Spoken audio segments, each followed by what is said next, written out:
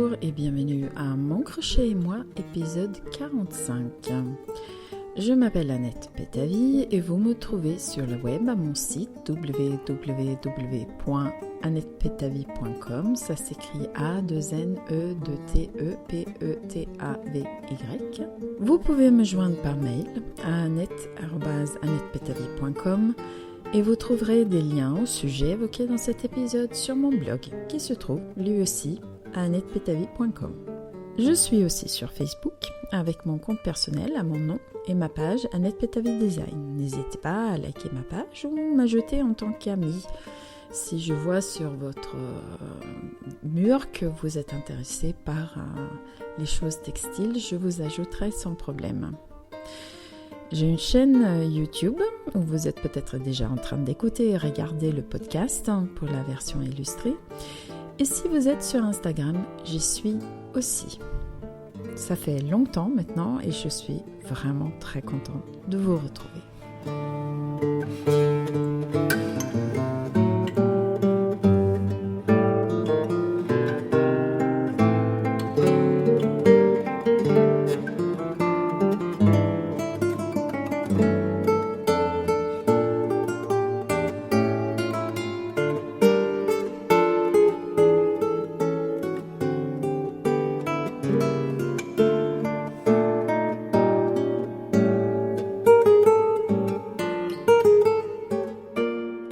Comme d'habitude, on va commencer par parler de mon bulletin d'information. Et comme ça fait un bon moment que je n'ai pas fait de podcast, il y a eu pas mal de bulletins de sortie. Mais comme en ce moment je suis dans les séries de newsletters, le nombre de sujets traités n'est pas très important depuis le mois de janvier ou février. Alors, lors du dernier podcast, je venais tout juste d'aborder le sujet du C2C. Et ça, c'était un sujet qui nous a accompagnés jusqu'en avril. Au fil des bulletins, j'ai pu aborder les bases en janvier, le changement de couleur en février, puis les formes et variations en mars, et j'ai terminé avec un petit mot sur les bordures et un modèle, l'écharpe entre deux mers, dans le bulletin d'avril. Si vous n'avez jamais entendu parler de C2C, c'est le nom contemporain d'un point au crochet qui, en lui-même, n'est pas neuf. Il s'agit de blocs de 3 brides qui sont disposés dans un motif de quinconce. Et le principe pour faire par exemple un carré, c'est de commencer dans un coin avec un seul bloc, augmenter jusqu'à la diagonale souhaitée et puis de diminuer jusqu'au coin opposé. On travaille donc en diagonale d'un coin à l'autre, en anglais corner to corner, et avec l'art des acronymes, ça devient C2C. On pourrait bien sûr dire en français C2C, mais le problème est juste que ça ne veut rien dire et que personne ne comprend de quoi on parle. Donc on va rester avec l'acronyme anglais qui est lui utilisé un peu partout. Pour la deuxième newsletter sur ce sujet, j'ai voulu traiter du changement des couleurs. Je me suis bien amusée à creuser des tutos trouvés un peu de partout sur Internet et peaufiner la chose jusqu'à trouver le type de changement qui donnait le résultat le plus net. Et pour vraiment optimiser le rendu, j'ai trouvé qu'il fallait changer de méthode suivant qu'on se trouve sur l'endroit ou sur l'envers du travail. Et là, vous avez tout à fait le droit de me trouver trop perfectionniste. Et vraiment, si vous n'avez pas envie de vous casser la tête, choisissez la méthode qui vous paraît la plus simple et utilisez-la partout. Le résultat sera bien aussi. J'avoue, j'ai un côté un peu obsessionnel quand il s'agit de finition au crochet. Je l'assume parfaitement, mais ça n'engage que moi. Sinon, c'est quand j'ai préparé le bulletin de mars qui parlait de quelques formes et variations possibles sur la base du C2C classique que les idées ont commencé à fuser. Parce qu'avec un carré, on peut faire des carrés, on peut faire des rectangles et des triangles.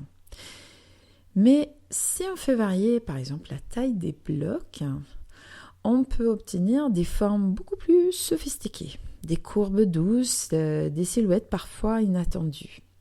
Et j'ai pas du tout fini d'expérimenter avec ça. Peut-être trouverai-je le temps cet été de m'y pencher de nouveau. En fait, il faudra que je trouve le temps parce que je ne peux pas laisser ce domaine inexploré. Et la dernière newsletter dans cette série portait sur les bordures. j'ai cherché comment faire une bordure en maille serrée la plus propre possible, parce que c'est une bonne finition pour les coussins et plaids pour lesquels la technique du C2C est souvent utilisée. Et bien sûr, on peut prolonger le premier tour de maille serrée avec une bordure plus élaborée. J'ai aussi réfléchi sur un autre type de bordure où la base serait non pas un rang de mailles serrées qui encercle le travail, mais des arceaux de mailles en l'air, ancrés avec des mailles serrées dans les espaces entre les blocs. Et c'est ce type de bordure que j'ai utilisé dans le modèle qui a servi de point final à cette série de tutos. C'est une simple écharpe, mais travaillée en C2C avec, pour le prototype, donc de la mini mochi au centre et une bordure en mérinos fin. Pour la mini mochi, j'ai utilisé le coloris Periwinkle Shadows numéro 346 dans des jolis dégradés de bleu. Et pour la bordure, j'ai pris le mérinos fin en couleur bleu ciel. Et avec tout ce bleu et un marionophile, je ne pouvais pas l'appeler autrement que Entre deux mers. Que dire de plus sur le C2C ? Peut-être que je ne suis pas certaine de faire un jour un plaid à l'effigie de Johnny Hallyday, mais aussi que le fait d'étudier cette technique de près m'a donné beaucoup d'idées et m'a probablement enlevé à tout jamais l'envie de faire de l'entrelac au tricot. Je dis bien probablement, parce qu'on ne sait jamais, je ne m'engage pas que j'en fasse, pas du tout. Le C2C peut tout à fait prendre des aspects d'entrelac à toute petite échelle. Et comme vous l'avez peut-être deviné si vous me suivez depuis un certain temps, j'aime quand même le travail plutôt fin et détaillé. Vous trouverez les liens vers tous les bulletins sur le C2C dans mon billet de blog consacré à cet épisode du podcast. Et si vous voulez vous abonner à ma newsletter pour ne pas en rater, vous pouvez m'envoyer un mail à annette@annettetpetavie.com. Il y a aussi une rubrique consacrée à la newsletter dans le menu horizontal en haut du blog et là, c'est tout indiqué comment il faut faire. Et en ce moment, le sujet du bulletin, c'est la dentelle à la fourche, aussi appelée crochet à la fourche. Et ça, je vous en parlerai dans un prochain podcast.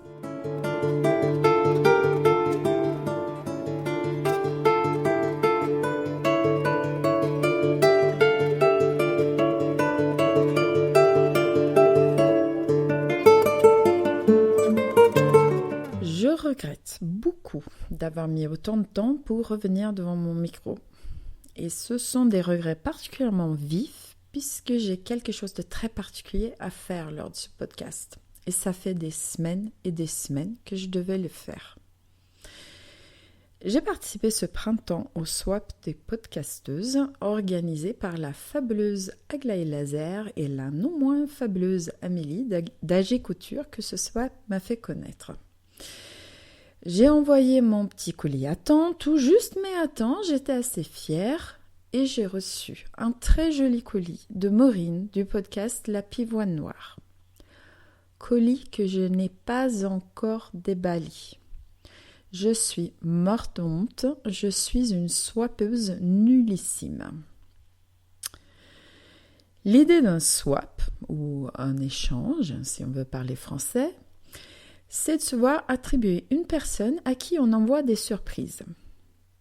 Et quand le swap est bien fait, et celui-ci l'était vraiment, on a une liste d'indications assez précises de choses à envoyer qui donne aussi la liberté à chaque participant de faire ses choix. Donc moi, je me suis inscrite et je me suis vue attribuer une swapie, donc quelqu'un à qui envoyer des cadeaux. Et en l'occurrence, c'était la charmante podcasteuse Utilisatrice 42 en Belgique. Je ne connaissais pas son podcast, mais j'ai eu beaucoup de plaisir de le découvrir. J'ai visionné pas mal d'épisodes pour avoir une idée de ses goûts et ensuite j'ai préparé mon petit colis en essayant d'en tenir compte. Et je vous invite vraiment à aller voir les podcasts de Laura, donc Utilisatrice 42. Elle est charmante et drôle et on passe un très bon moment. La même chose vaut aussi pour Maureen de La Pivoine Noire, qui m'a donc envoyé ce colis très garni que j'ai simplement jusque-là ouvert sans déballer les petits cadeaux dedans. Donc, bon voilà, encore une fois, Maureen, c'est absolument pas que le contenu m'intéresse pas. J'ai tout simplement pas pu m'organiser pour faire ce podcast plus tôt. Je m'en excuse profusément parce que vraiment, je sais que tu as mis beaucoup d'attention, de temps pour préparer ce colis. Et maintenant, je vais le déballer. En direct, je découvre en enregistrant le podcast ce qu'il y a dedans. Donc attention au bruit de papier, je vais peut-être taper dans le micro, tout ça, mais bon voilà, c'est les conditions du live. Donc il y avait une petite carte que j'ai ouverte, où j'ai donc appris que c'était Maureen de la Pivoine Noire qui m'avait envoyé toutes ces choses.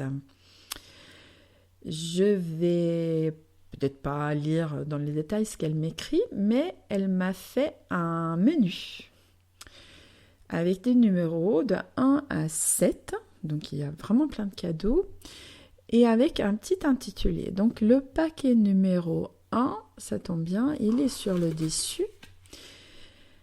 Dans le menu, il a la rubrique suivante, pour la magicienne du crochet que tu es. Là déjà, Maureen, tu me flattes.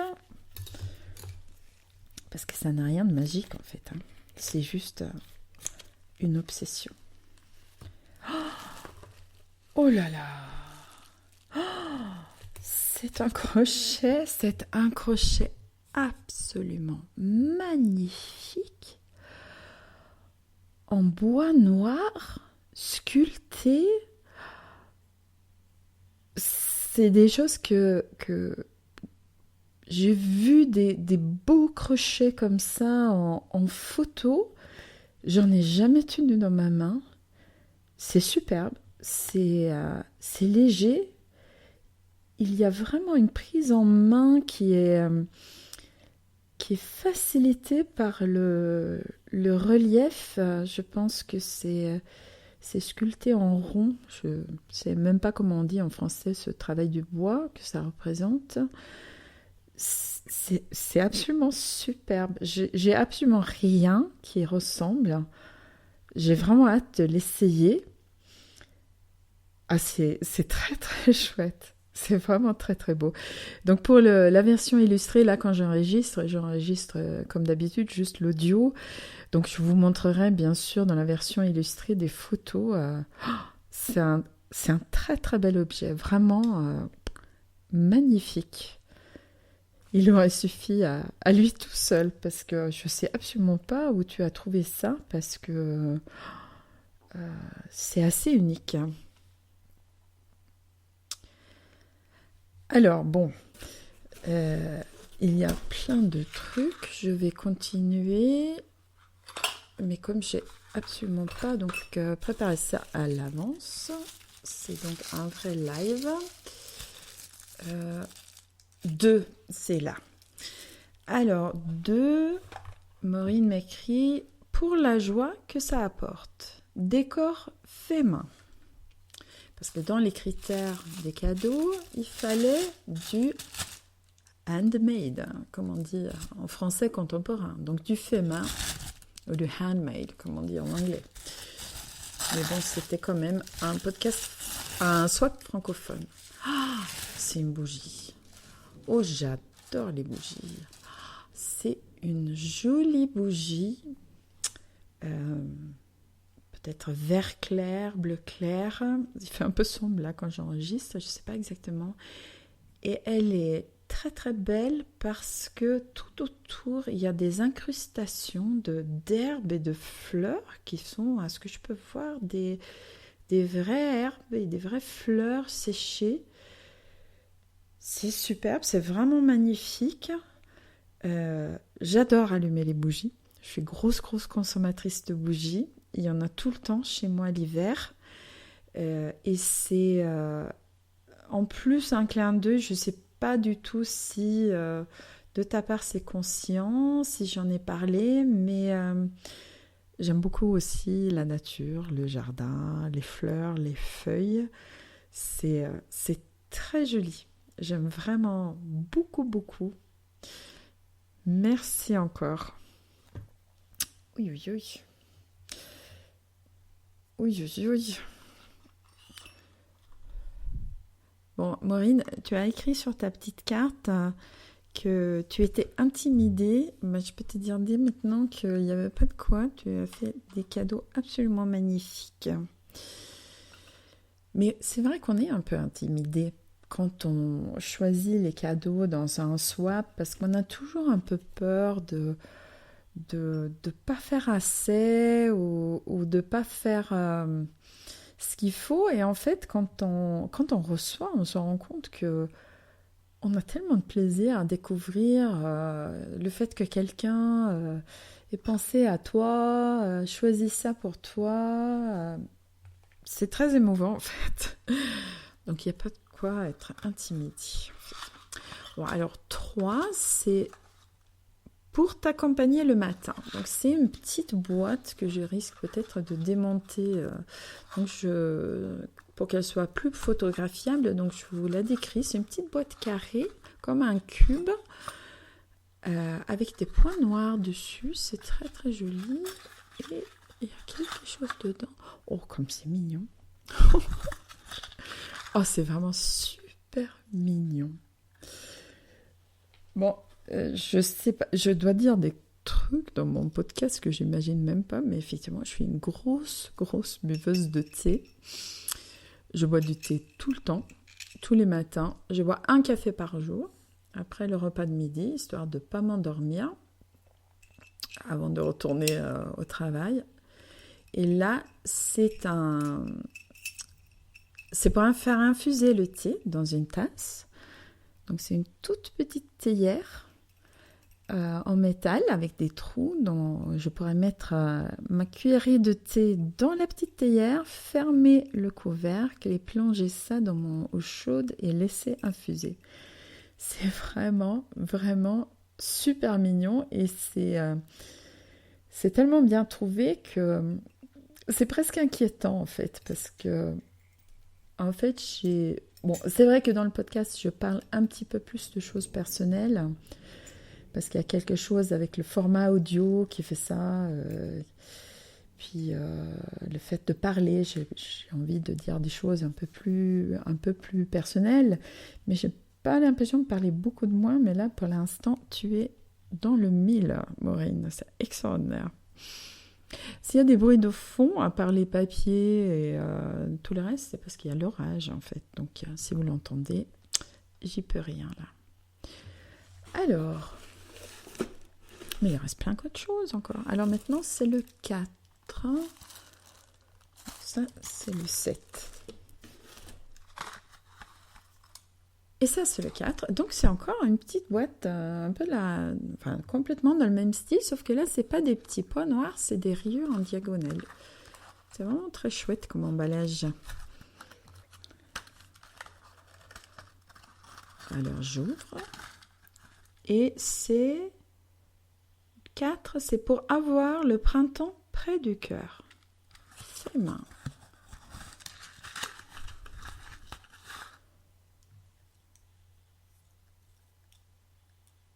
Ah, mais c'est très beau. C'est une sorte de petite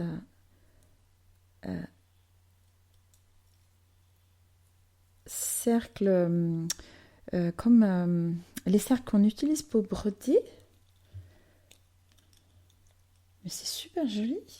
C'est un collier en fait. La chaîne était un peu enroulée, je n'arrivais pas à voir, mais effectivement, c'est un collier. Donc à porter dans le décolleté, effectivement, tout près du cœur. Et il y a une petite branche, on va dire, de lavande brodée, mais c'est tellement fin, c'est tout minutieux. C'est toi qui as fait ça, Maureen? C'est super beau. C'est tout petit, tout joli. J'adore ce qui est minutieux comme ça. C'est tout dans la finesse. Donc une petite broderie montée dans un sertissage qui imite en fait les cercles à broder et qui a aussi une chaîne pour que je puisse porter ça autour du cou. Et le cercle est en bois. Moi, j'aime beaucoup les bijoux dans dans des matières naturelles comme ça. Ah, c'est superbe. Et en plus, bon, ça se voit hein, dans la finesse du travail que tu es beaucoup plus jeune que moi. Je ne sais pas si je serai encore capable de faire un truc aussi fin, peut-être sans lunettes. C'est là même, je regarde par-dessus mes lunettes pour voir vraiment la finesse du détail. C'est super joli. Merci beaucoup, beaucoup. Ouh. Alors, on continue. 5 pour prendre des notes avant un épisode. Alors là, je tâtonne, je devine. Je pense que c'est un petit carnet. Moi, j'adore les petits carnets. Je pense qu'on était effectivement assez nombreuses à avoir cette idée-là. Moi aussi, j'ai envoyé un carnet à utilisatrice 42 et parce qu'il fallait, en fait, dans les critères des cadeaux, il fallait quelque chose pour préparer les podcasts, pour aider à la préparation du podcast. Et c'est vrai qu'on est quand même nombreuses à prendre au moins des notes. Moi, j'écris pas mal mes podcasts pour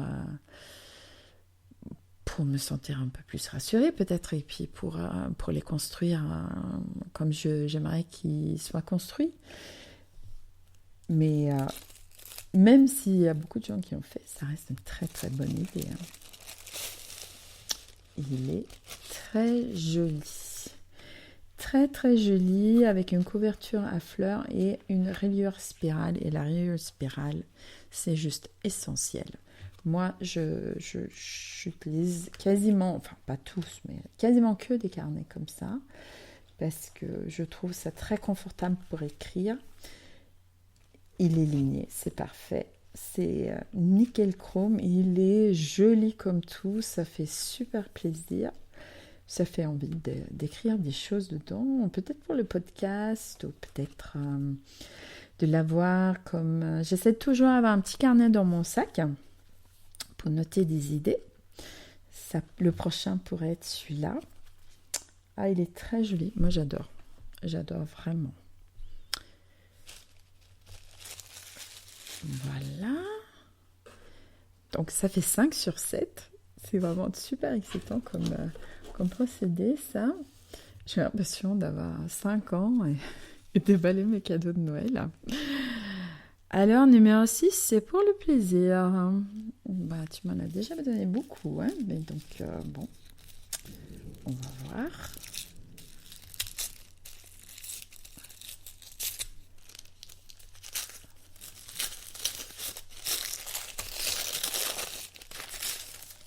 Oh là là.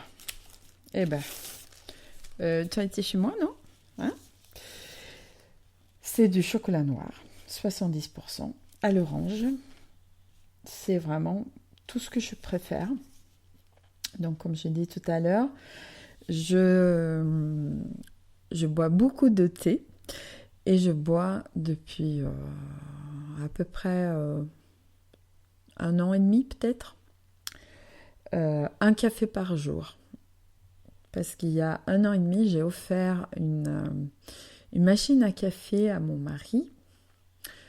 Bon, je vous raccourcis l'explication, mais en fait, je voulais pas, pour des tas de raisons, une machine avec des capsules, et mon mari voulait pas continuer à faire le café avec un filtre sur un pot en verre.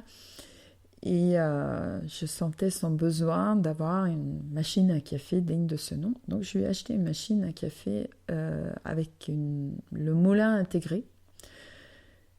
Et c'est là où je suis tombée dedans, en fait, parce que le café qu'on boit quand il est fraîchement moulu, eh ben, c'est vraiment très très bon. Donc en fait, mon petit rituel, donc le matin, le rituel, c'est le thé avec des fruits frais coupés, mélangés à un yaourt, et quand je suis bien organisée, un peu de granola maison. Et le rituel d'après le déjeuner, c'est un café, un carreau de chocolat, ou 2, ou 3 des fois, un projet dans les mains, un podcast ou un livre dans les oreilles, eh bien, pour mes prochains déjeuners, mon café du milieu de la journée, je sais exactement le chocolat que je vais pouvoir prendre. Et je vais penser à toi, Maureen. Merci beaucoup. Et il reste un paquet.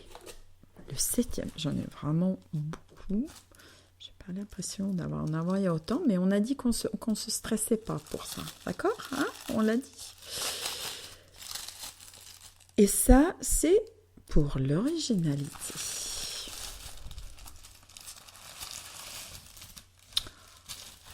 Ah, c'est génial.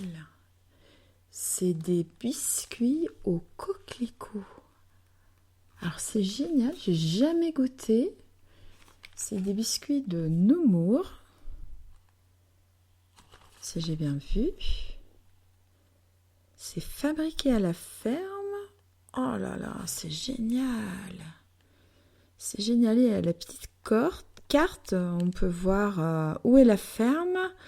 Et avec des indications d'où vient la farine de blé, le sucre, les œufs et le coquelicot. Donc la ferme se situe à l'ouest de Paris. Le coquelicot de Nemours vient de 71 km de là et c'est l'ingrédient qui vient le plus loin. Ah, c'est génial, moi j'adore ça. J'aime beaucoup aussi ce genre de petits biscuits. Ça a l'air d'être des petits biscuits secs, mais ça doit être des graines de pavot. Qu'est-ce que c'est bon ça!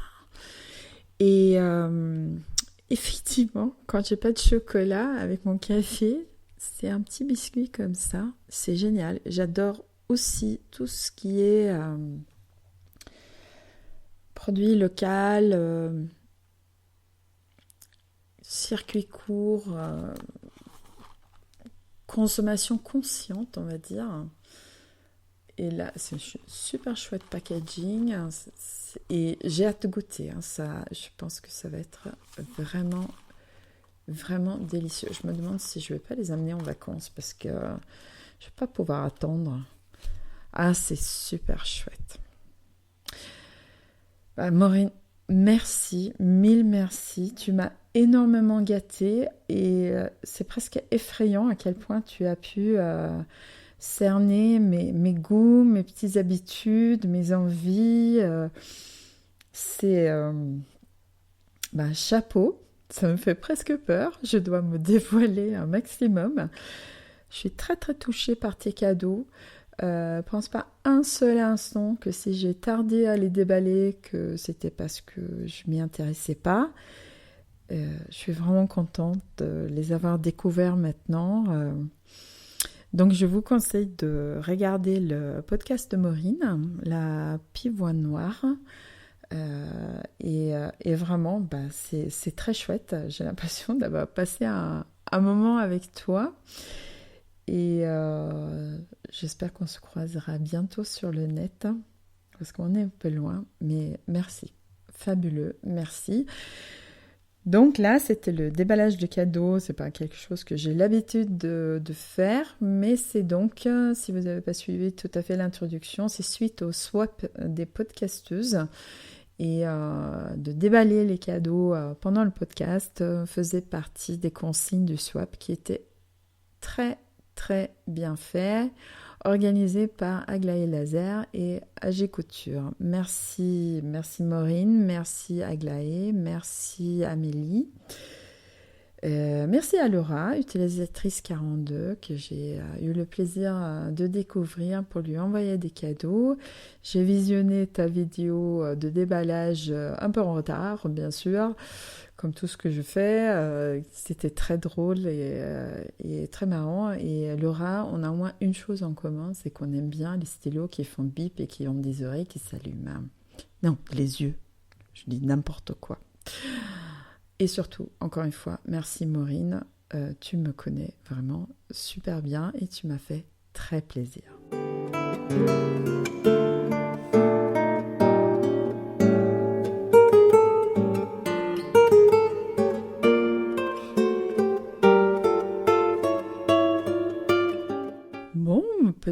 Après cette petite séquence un peu exceptionnelle, on va revenir au thème du podcast habituel, dont les nouveautés dans la boutique.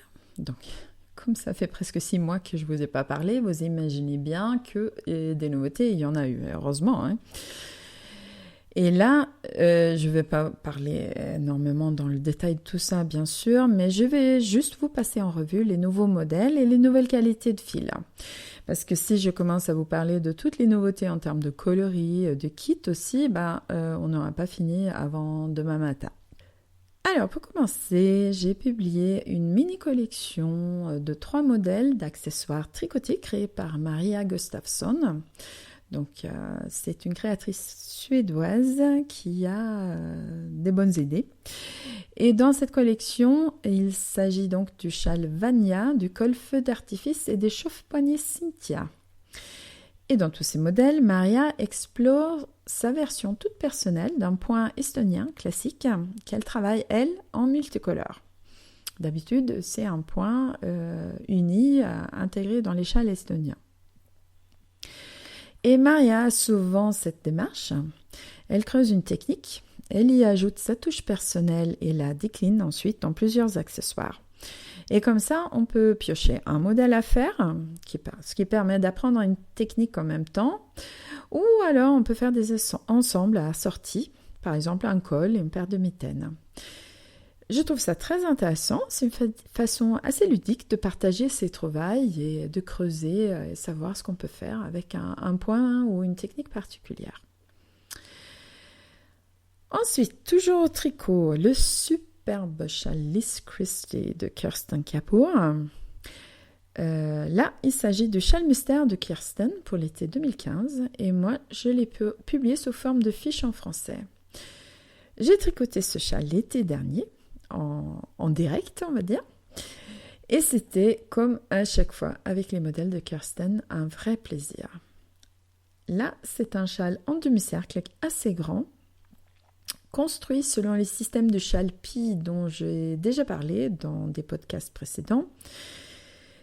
Mais c'est vraiment aussi un châle qu'on tricote sans s'ennuyer une seule seconde, avec une succession de points très réussis et un résultat final franchement splendide. C'est ce que j'aime tant dans les modèles de Kirsten Kapoor, c'est sa façon d'assembler des points dans un ensemble harmonieux. Elle utilise beaucoup de points originaux et dans ces modèles, il y a comme une logique ou peut-être une petite musique qui donne un ensemble cohérent. Et en plus, ces explications sont tellement claires que tout ça devient très très accessible, même si à la fin on a l'impression d'avoir fait quelque chose de très complexe visuellement. Une autre créatrice qui fait des modèles superbes est Carol Sunday. Et elle s'adresse quand même à des tricoteuses plutôt expérimentées, mais si vous y collez, vos efforts sont récompensés. Et ce printemps, j'ai eu le plaisir de publier la traduction française de son châle Oakberry, qui est un festival de points texturés et ajourés, le tout agrémenté de rangs raccourcis. Et le résultat, c'est un châle en croissant de lune magnifique. On peut le tricoter soit dans un fil comme le mérinos moyen, pour un châle très douillet, ou dans le mérinos fin, pour un résultat plus léger. Et vous pouvez aussi choisir un autre fil parce que Carole vous donne toutes les indications pour créer vos propres variations. Bon, évidemment, je ne peux pas parler de mes créatrices favoris sans parler d'Éclat du Soleil, mon amie Hélène Marcy. Hélène aussi nous a concocté un châle au tricot nommé Firebird. Et dans ce châle, elle mélange tous ses éléments préférés, comme par exemple la construction en Bactus, le point mousse qui donne un résultat réversible et le mélange de fils unis et multicolores. Dit comme ça a peut-être l'air simple, mais le résultat est spectaculaire. Malheureusement, le fabricant a supprimé le coloris de Minimoshi qui allait si bien avec le mérinos rouge profond et qu'Hélène a utilisé pour son prototype. Et pour la rentrée, je me suis donc fixé la mission de vous proposer des kits pour vous permettre de trouver les meilleures associations de couleurs. Mais bien sûr, vous pouvez dès maintenant trouver le châle, ces explications dans la boutique. Et en creusant un peu sur le blog, vous trouverez aussi les combinaisons de couleurs préconisées par Hélène pour le faire. Récemment, j'ai aussi eu le grand plaisir de publier un nouveau modèle d'Alana Dakos. Il s'agit du châle branche de lierre. Depuis quelques années, Alana nous a proposé plusieurs livres superbes. Il y en a d'autres à venir. Et il va de soi que tout naturellement, le nombre de modèles qu'elle propose sous forme de fiches individuelles diminue. Parce qu'il faut alimenter les livres et elle n'a pas non plus... Elle est comme tout le monde, hein, elle a 24 heures par jour. Et elle dort même, j'en ai presque la certitude. Mais des fiches individuelles, il y en a tout de même, et Branche de lierre est un superbe exemple. C'est un châle plein, j'aimerais dire, donc c'est pas un châle en point ajouré. Il est en jersey avec 3 panneaux en forme, je dirais, un peu d'éventail, où Alana nous livre encore une fois un point de feuille en relief, détaillé et très original. Bon, j'aime beaucoup la dentelle, ça c'est sûr, mais ce genre de châle très douillet a vraiment beaucoup d'intérêt aussi. Et la créativité d'Alana pour trouver sur ce thème de la nature, des feuillages, toujours des nouvelles interprétations, c'est juste épatant. Loin de moi l'idée de me mesurer moi-même, haute créatrice tricot chevronnée, mais bon, je tricote aussi. Et je pense que mon style au tricot est plutôt simple mais efficace, comme dans le chauffe-épaule ou petit poncho rythmique. Du point mousse, du jersey, des rayures avec des neutres et une couleur qui claque. Voilà, comme j'ai dit, simple mais efficace. Et en plus, avec quelques mois de recul, je constate quand même que là, j'ai un accessoire que j'aime beaucoup porter. Quand je l'ai enfilé sur mon stand à Pour l'amour du fil à Nantes, où j'étais venue donc en tenue de combat, c'est le t-shirt, pantalon et basket, l'exposante en face s'exclamait « Ah, un rien nous habille !» Et c'est vrai que cette petite chose transforme une tenue simple. J'aime bien aussi le porter sur une robe. Là aussi, une robe simple, noire, avec ça sur les épaules, ça prend toute autre allure. Bon, en ce moment, je le porte pas trop parce qu'il est tricoté en mérinos moyen et il tient aussi bien chaud. C'est un peu superflu au mois de juillet. Mais vivement l'automne que je retrouve mon rythmique. Je n'oublie pas le crochet, bien sûr, et ce printemps, j'ai eu beaucoup de plaisir à fignoler le modèle et les explications des mes thèmes Nadam, dont l'affiche est écrite pour 3 tailles différentes.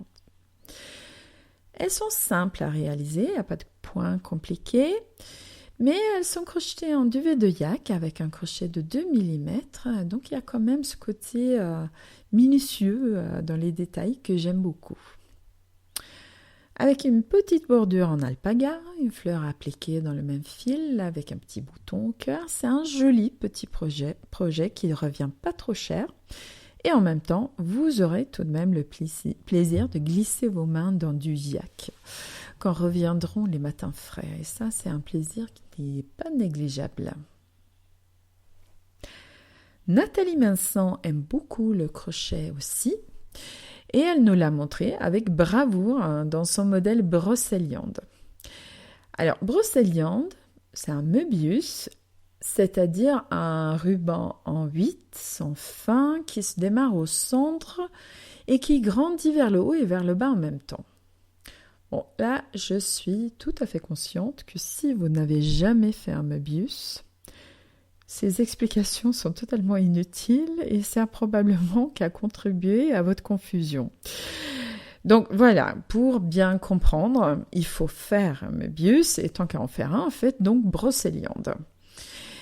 C'est un modèle qui peut se tricoter n'importe quoi, qui peut se crocheter en laine ou en coton et qui se porte plein de façons. Posé sur les épaules comme un châle, autour du cou comme une écharpe ou encore enroulé comme un snood. Nathalie a en plus utilisé 2 couleurs, donc les combinaisons sont vraiment nombreuses. J'ai oublié de vous dire que Nathalie est un poil obsédée par les projets multifonctions, mais vous l'avez peut-être déjà compris. Je voulais aussi prendre le temps de citer quelques nouveautés parmi les fils depuis la dernière fois. Ça sert aussi de petit rappel de ce qui s'est passé dans ces derniers mois. Alors, il y a la laine un fil suédoise. Alors, ce fil est un peu une exception dans ma boutique parce que c'est pas un fil doux sur la peau. En tout cas, pas quand on a la peau sensible. En revanche, c'est un fil très beau qui a en plus une vraie histoire et un véritable intérêt écologique dont je vous ai déjà parlé sur le blog. Il feutre à merveille, ce qui est un avantage ou un inconvénient selon les points de vue, mais j'estime qu'il faut simplement soit savoir le laver correctement à la main, soit choisir un projet qu'on feutrera. Pour ma part, il me donne très très envie de faire un petit sac en utilisant le dégradé de gris. Ce petit sac, je le feutrerai et sur le sac, j'appliquerai des fleurs et feuilles en crochet que je combinerai peut-être avec la broderie. C'est tout au conditionnel parce que si je le fais réellement un jour, c'est une autre question, mais voilà, je partage mon idée avec vous. Par contre, la douceur est réellement au rendez-vous dans un autre fil responsable, à savoir mon coton bio. Et cette année, j'ai agrandi la gamme en y ajoutant des teintes multicolores et elles sont dans des dégradés assez douces et peuvent être utilisées seules ou en combinaison avec les unis. Alors, les dernières nouveautés dans cette ligne sont arrivées assez tardivement, en juillet, mais moi je suis quelqu'un qui utilise le coton toute l'année. Et je pense que vous aussi en fait, parce que nos t-shirts, nos jeans et plein d'autres choses sont en coton et on les porte toute l'année. Donc crochetons et tricotons le coton toute l'année aussi. D'autant plus que ce coton-là est vraiment exceptionnel. J'ai mis longtemps pour le trouver. Il est doux, il est mat, il est très agréable à travailler. Bon, là aussi, je peux vous parler de mes envies. Je pense franchement que des couvertures bébés dans des points très simples serait une idée formidable dans ce fil. Et pour finir, last but not least, le tout dernier fil à être mis en ligne, même si vous avez pu le découvrir déjà ce printemps si vous m'avez croisé sur un salon. Je veux parler de Covent Garden. Alors, Covent Garden, c'est un fil absolument sublime. C'est le résultat d'une collaboration entre moi-même et Muriel du Jardin des Fibres. Donc Muriel, c'est une amie et si vous suivez mon podcast depuis longtemps, vous avez déjà pu entendre une interview avec elle. Et sinon, il faut aller chercher l'épisode 30 dans les archives. J'essaierai d'y mettre un lien sur le blog aussi. Donc Muriel et moi avons ensemble sélectionné 6 teintes pour un fil qui n'est autre que la base du fil London. Donc un fil dentelle en laine et soie de très très belle qualité. Muriel a vraiment fait des miracles avec sa marmite de magicienne et j'ai hâte de travailler ce fil pour vous montrer plein de façons de décliner ses couleurs vives mais subtiles, légèrement chinées. Comme c'est à l'origine le même fil que la London, vous pouvez bien sûr combiner les coloris de London avec les coloris de Covent Garden. Pour ma part, j'ai 2 écheveaux de rouge Hamlet qui me suivront sur la route des vacances et j'espère trouver le point au crochet qui fera avec ce fil le châle de mes rêves.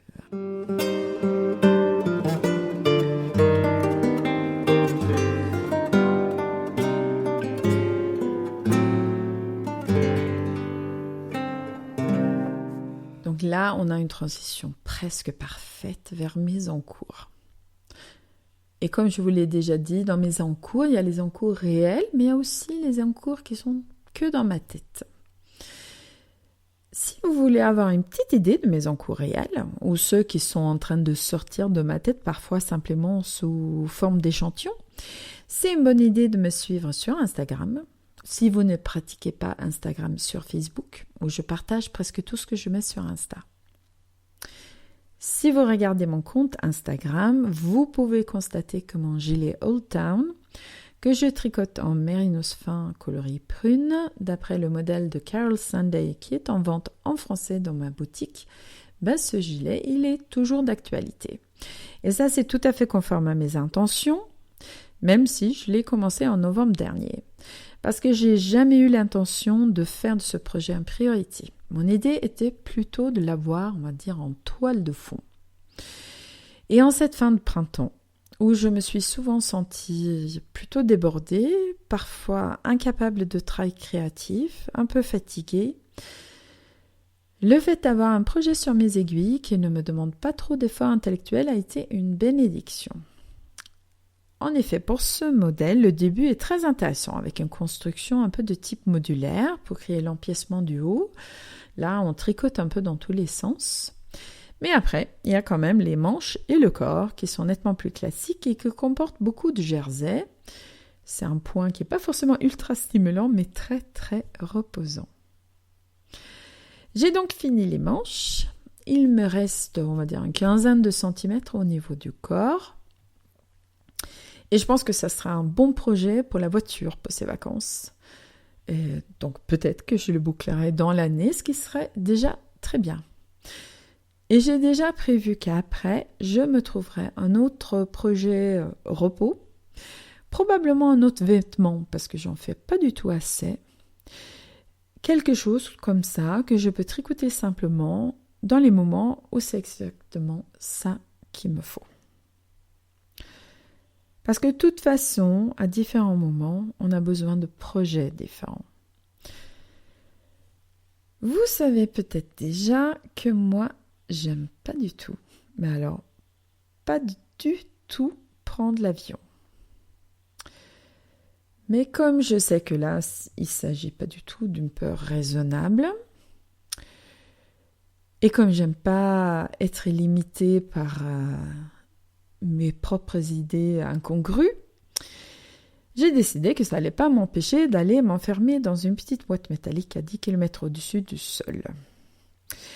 Donc je prends quand même l'avion quand c'est le choix qui s'impose, et depuis 3 ans maintenant, je le prends notamment pour aller voir mes parents en Suède toute seule pendant à peu près 2 semaines au mois de mai. Et il s'avère que pour cette occasion, il faut absolument un projet thérapeutique. J'ai testé différents modèles. La première fois, j'ai opté pour Antarctis de Janina Kallio, une créatrice norvégienne que j'aime beaucoup. Et Antarctis, je l'ai tricoté dans un fil teint par ma copine Muriel. Donc c'était bien. C'était chaleureux, rassurant, dans une situation où je ne suis pas très à l'aise. Vous pouvez voir le résultat dans mes projets sur Ravelry sous le nom Tranquillisant. C'est un châle dans des pointes très simples et je me suis dit que vu les circonstances, il ne fallait pas que je me lance dans un truc trop complexe. L'année dernière, pour le même départ, ce voyage de mois de mai, j'ai commencé le châle Curious Collective 2014 de Helen Stewart, juste avant de partir. Donc pour l'aller, j'étais encore dans la partie point mousse du début et pour le retour, j'avais terminé le châle. Je me suis donc rabattue sur ma capelette que j'ai crochetée en mini mochi et qui m'a soutenue pendant mon voyage. Et par contre, rentrée à la maison, j'ai constaté que le crochet en avion, c'est pas une bonne idée. Déjà en temps normal, je trouve que le crochet, pour autant que je peux aimer cette technique, est plus dur pour les mains que le tricot. Quand je crochette, je fais très attention à faire des pauses et à fractionner mon travail pour ne pas me faire mal aux mains. Et là donc pour le retour l'année dernière, j'en ai fait en intensif pendant 2-3 heures entre l'attente à l'aéroport et le vol, et en plus de manière nettement plus crispée et tendue qu'à la normale. Donc ça s'est pas fait sentir dans ma tension du fil, hein. C'était un travail régulier, je l'avais déjà commencé, c'était pas plus serré, mais dans les mains, je l'ai bien senti. Donc le crochet, c'est pas pour l'avion. Cette année, j'ai un peu changé de stratégie et je pense que c'est pour le mieux parce que le point mousse, en fin de compte, ça occupe pas beaucoup l'esprit. Et là, il me fallait un projet de formation continue. Je vous explique. Les projets de formation continue, c'est quand je tricote le modèle d'une autre créatrice en apprenant des choses. C'est donc pas un modèle de ma boutique que j'ai déjà tricoté mentalement en travaillant sur les explications. Les modèles de ma boutique, je peux les tricoter pour le plaisir ou pour avoir un modèle d'exposition. C'est pas non plus un modèle ultra facile, pure détente, où j'ai même pas à réfléchir. Parce qu'un projet de formation continue m'apprend quelque chose, que ce soit dans la réalisation ou dans l'aperçu que ça me donne des réflexions de la créatrice autour de la conception du modèle. Moi, j'aime beaucoup ce que fait Romy Hill, créatrice américaine. Elle a des modèles qui ont souvent une apparence un peu classique si on ne regarde pas de trop près, mais quand on les tricote, on découvre plein de petites techniques, des astuces, des idées originales qui n'étaient pas du tout apparents au départ, mais contribuent vraiment au plaisir de tricoter et qui donnent aussi un résultat très souvent avec des très jolies finitions. Et j'ai donc démarré pour l'occasion Vertices de Romy Hill, de sa collection en cours de 7 petits châles sur le thème de la symétrie. Depuis peut-être 4 ans, Romy fait chaque année une collection de 7 petits châles autour d'un thème précis. Donc là, cette année, c'est la symétrie. Vertices n'est pas un modèle réellement difficile, mais il faut quand même suivre. Et c'était efficace, beaucoup plus efficace que le point mousse. Avec un bon livre audio dans les oreilles, un volume assez élevé pour bloquer une partie des bruits de l'extérieur, un projet tricot qui demande de l'attention, je réussis presque de faire abstraction des choses autour de moi et seulement presque, j'oublie que je suis dans une machine dans l'air qui n'arrête pas de bouger bizarrement et faire des bruits suspects, en tout cas à mes oreilles. À renouveler donc, a priori avec un autre modèle, même si je suis loin d'avoir fini celui-ci. Bon, avec tous ces modèles, on va dire où je fais que exécuter, rassurez-vous, j'ai quand même aussi un encours créatif qui me rend très heureuse et que j'espère bien avancer pendant les vacances. Il s'agit d'un châle au crochet en bambou dentelle. Je l'avais démarré en colorier paprika, mais comme j'ai vendu toutes mes pelotes en paprika, y compris celles que j'avais mis de côté pour ce châle, j'ai recommencé en bleu gitane. Et c'est aussi, franchement, une très jolie couleur. Bon, comme d'habitude, je ne vous parle pas trop des détails avant de pouvoir vous montrer le projet fini. Mais maintenant, vous savez que vous pouvez toujours m'espionner sur Instagram.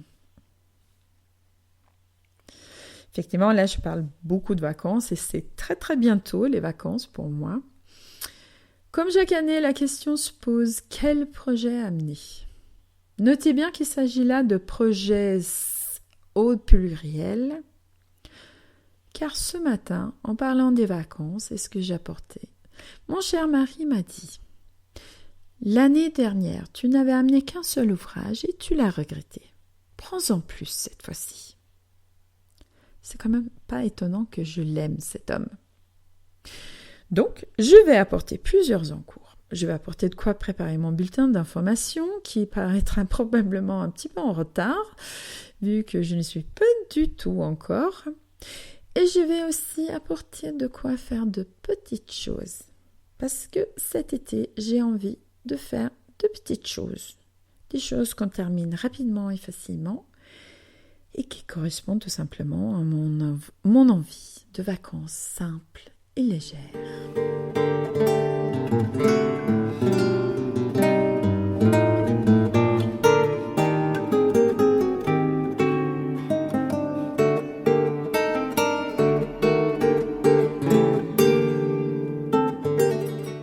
petit mot sur les événements passés et à venir. J'ai fait depuis le dernier podcast 3 salons, près de Grenoble, à Villeneuve-sur-Tarn et à Nantes, où j'ai participé pour la première fois au très grand salon pour l'amour du fil. Je recommande vraiment si vous pouvez aller à ce salon, c'est intéressant. J'ai aussi fait une journée porte ouverte chez moi et j'ai participé à la journée Faire-Fil au magasin des Arpenteuses à Lyon. Si vous faites partie des gens que j'ai eu le plaisir de croiser à ces occasions, je vous remercie du fond du cœur. C'est toujours un bonheur pour moi de rencontrer les passionnés de tricot et de crochet en vrai. Et je suis très très heureuse de pouvoir vous montrer et vous faire toucher les modèles et les fils. À l'avenir, je vais me faire un peu plus rare au niveau des salons. Je veux privilégier mes activités de publication, ma vie de famille quand même, et un nouveau domaine d'activité qui est la prestation de services pour les entreprises, que je démarre tranquillement en ce moment. Ça ne veut pas dire que je ne sortirai plus de chez moi, bien sûr. Je participerai notamment cet automne aux Journées nationales de la laine à Felletin. C'est une manifestation que j'adore et je suis très très contente de pouvoir y être en tant qu'exposante.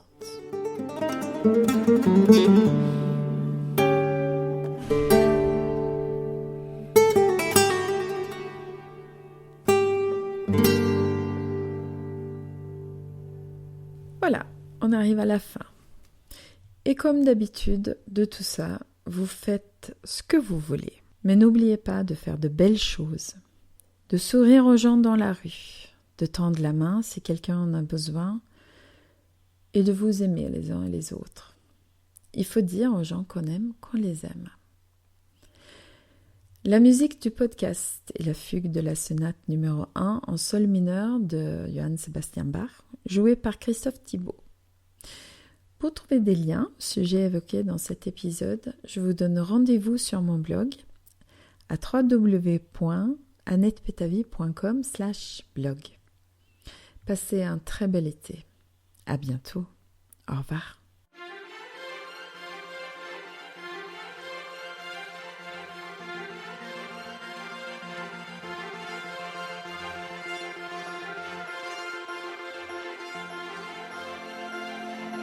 I will tell your story if you die. I will tell your story and keep you alive the best I can. I will tell them to the children, if we have some, if we have some. But I've always felt the feeling we would die young. Some die young. Some die young.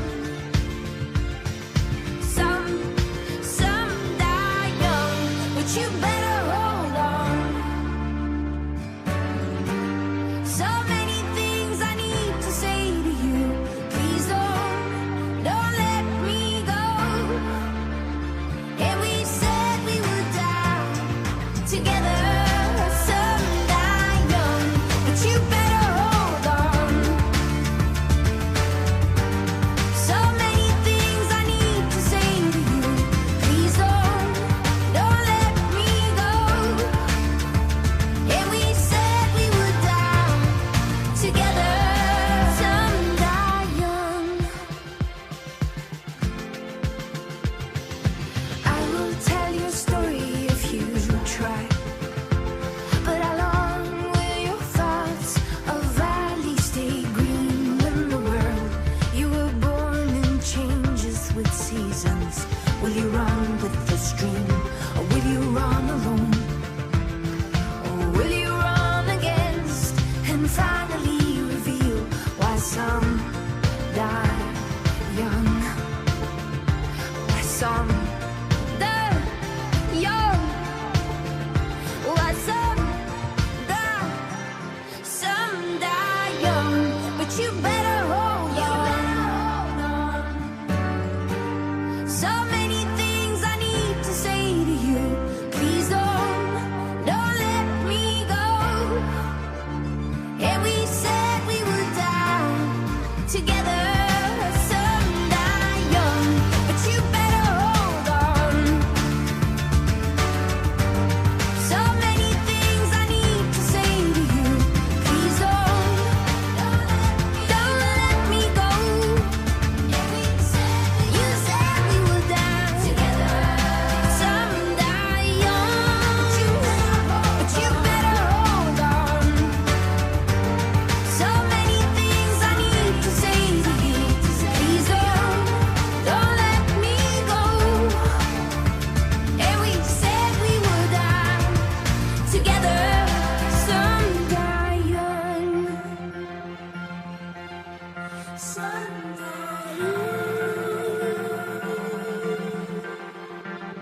She walks with her head